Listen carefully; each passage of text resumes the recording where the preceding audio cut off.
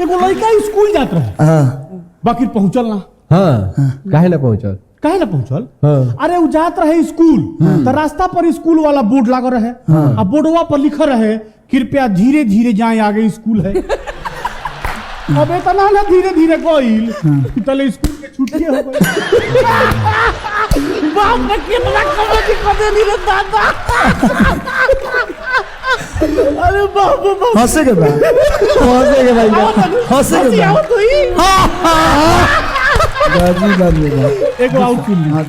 एगो और सुन ली। देखो तनी के तबीयत बहुत खराब हो जाए। शेर जंगल के राजा हो तो रानी के?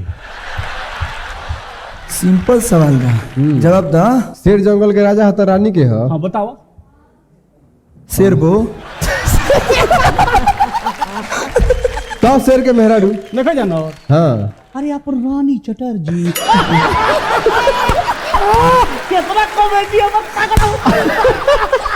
शेर जंगल के राजा तो रानी चटर्जी है।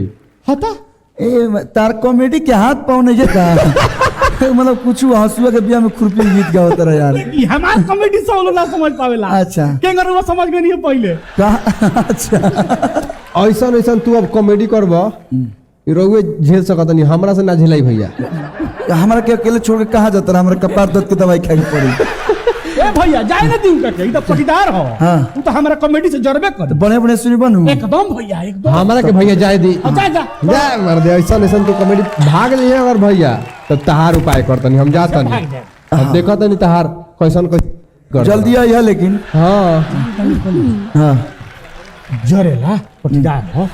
अच्छा एगो पर्सनल सवाल हम से पूछे के चाहत हनी। डीपली पर्सनल मत पूछिए। हम तो एकदम नॉर्मल पूछी। राउर तो टटके बियाह भइल बा। आम तौर पर बियाह होला तो जब दुल्हा मारो में जाला तो ओकरा से साली हंसी मजाक करे लिसन का पाखी जी आ कहे लिसन जे गाना गाई चाहे गाड़ियों गावे लिसन। तो रुआ गाड़ी याद बा कि ना बियाह वाला?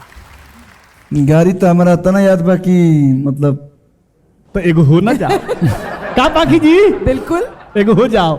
हमनी के पाखी जी जब ब्याह शादी होला तो निमन गाली गीत गावाला जोन की मतलब केहू बुरो न मानेला।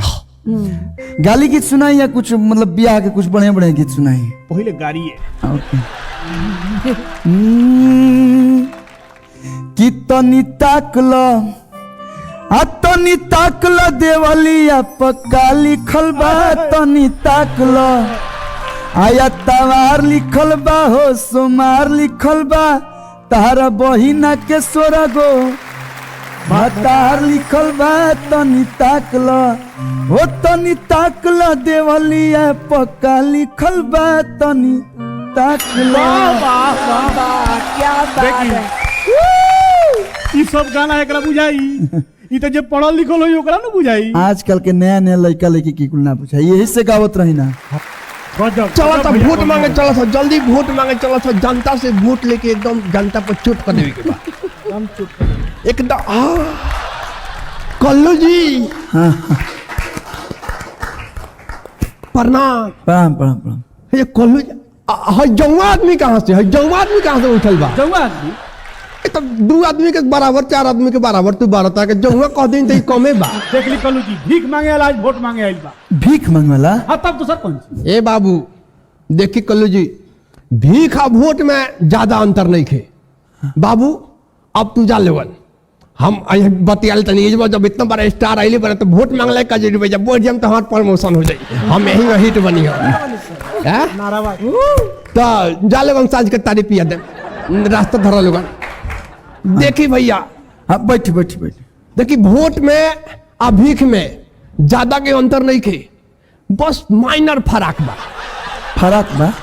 माइनर फराक बा माने लिखल माने उहे फरक बा। माने माइनर फरक बा। कैसे कि भीख जे बा, भीख मांगे वाला आदमी रेगुलर भीख मांगेला, रेगुलर भीख मांगे के पड़ेला। लेकिन वोट 5 साल में एक बार मांगी आ कहीं लो गए आ जीत गई तो 5 साल जानता रहुआ से भीख मांगी। अब देखाइयो मत दी। यही से हम अपन नारा भी बनेले बनी कि जब तक नेता सुस्त रहेगा बिहार शिक्षा मुक्त रहेगा। जी अनहरिया का नेता कैसा हो, डिबिया बतिहर जैसा हो। तब तो इसीलिए मेरा चुनाव चिन्ह में अपने से सोच लिया हूँ बल्ब छाप, एकदम अजोर कर देवे के बाद। अजोर कर देबे। हाँ एकदम अजोर कर देवे के बाद। एगो बात बताई, रुआ नेता काहे बनता नहीं? देखी भैया, नेता बने में बहुत फायदा बा, अनेक फायदा बा। अच्छा सबसे पहले नेता लोग के बारे में रुआ समझी। नेता जी बा, नेता सबसे पहले जीत के सत्ता में आवेला। नेता सबसे पहले जीत के सत्ता में आवेला, ओकरा बाद जाति धर्म के भेद करके आपस में जनता के लड़ा। सही सही बात। ओकरा बाद देखी अपना लड़का के विदेश में पढ़ावेला, गरीब का लड़का से झंडा ढुआवेला। जे हम दी के तारी पिया के घुमाओ तनी पिया पीछा। वही बात बा, अपना लड़का के विदेश में पढ़ावेला और गरीब का लड़का से झंडा ढुआवेला। जौना जनता के बर्बाद करेला ओकरे उ चहेता होला। ये देश में जो नेता होला, असली नेता के पहचान है भैया। आओ सुन, सही कहते रहे। तो देखिए हम सच बोल के सच्चाई के साथ मार्केट में उतरल बनी। काहे कि हम चांद पहले विश्वास करें फिर इस्तेमाल करें।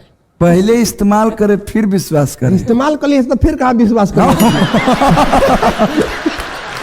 पहले विश्वास करना पड़ेगा तब इस्तेमाल कीजिए, क्योंकि धोखा तो हम देंगे।